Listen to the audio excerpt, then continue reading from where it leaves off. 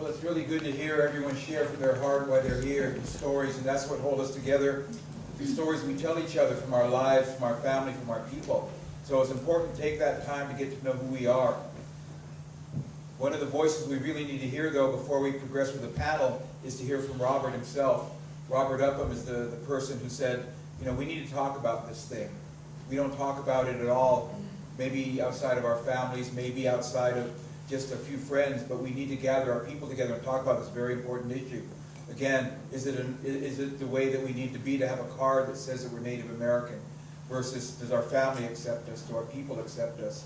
And sometimes that's a question unto itself. So I'm going to ask Robert to come up because, again, it's his idea. Now I'm going to say one quick thing, too, that Robert is more comfortable behind the camera. I know that.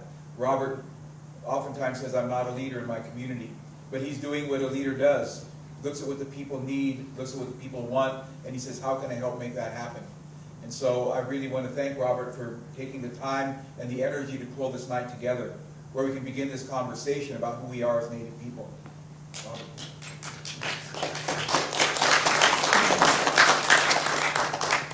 Thanks, Roger. I got afraid. I thought Marina was headed out.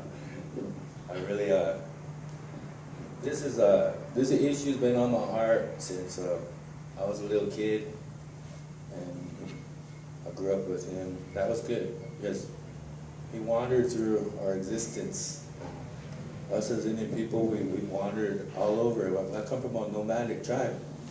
I think I really am a nomad. I ain't even joking. So too bad ain't Buffalo around for me to follow there.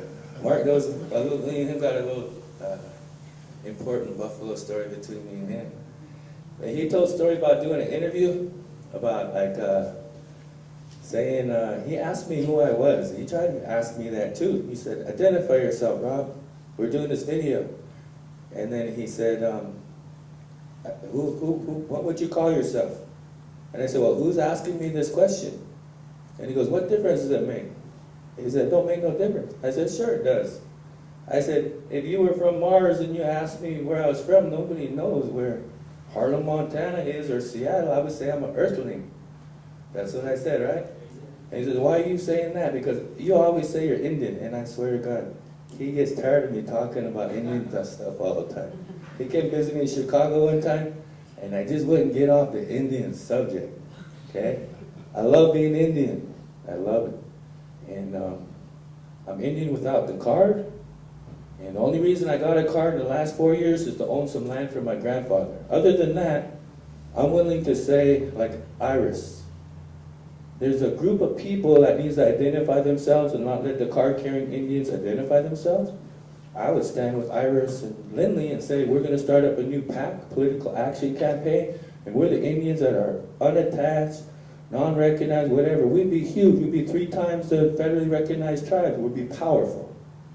Somehow, I think the official Indian, the federally recognized Indians, need to claim their status, and I'll sure support them.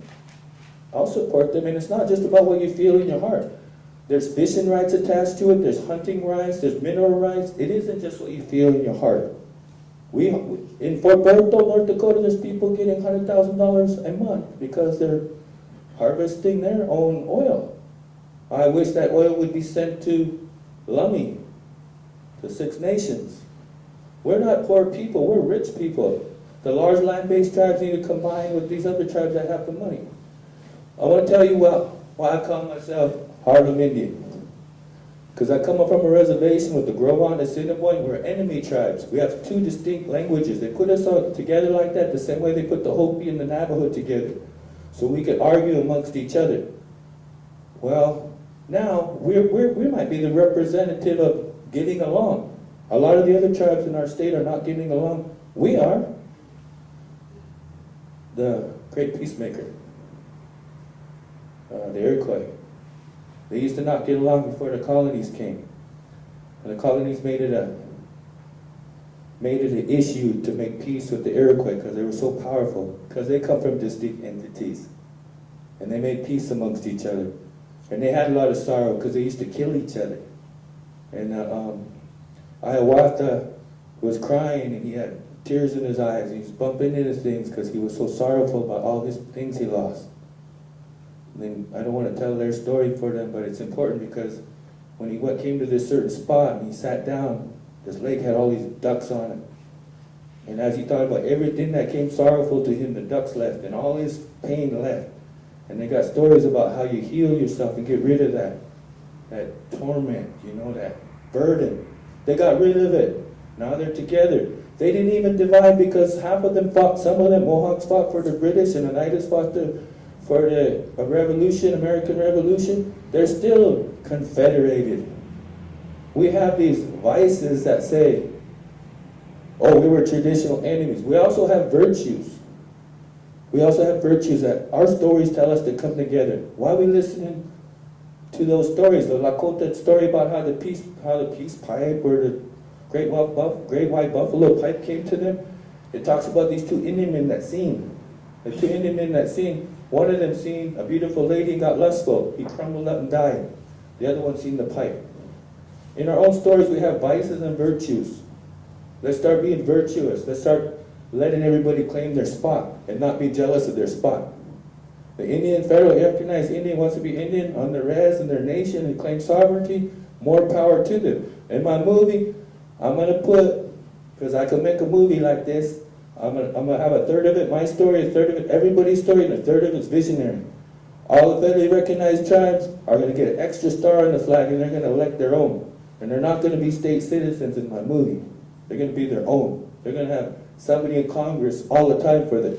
And the rest of us Indians, if we're like Iris and our kids, we're going to be part of the 50 stars. Be powerful, like 6, 7, 8 million of us. And when those treaty Indians or federal Indians in my movie want to get recognized, come to us.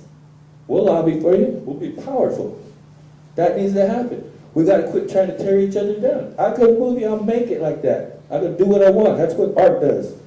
I'm tired of these Indians. My Indian people making movies and they could barely stay sober in their movie. In Skins, you guys seen Skins? They took a bucket of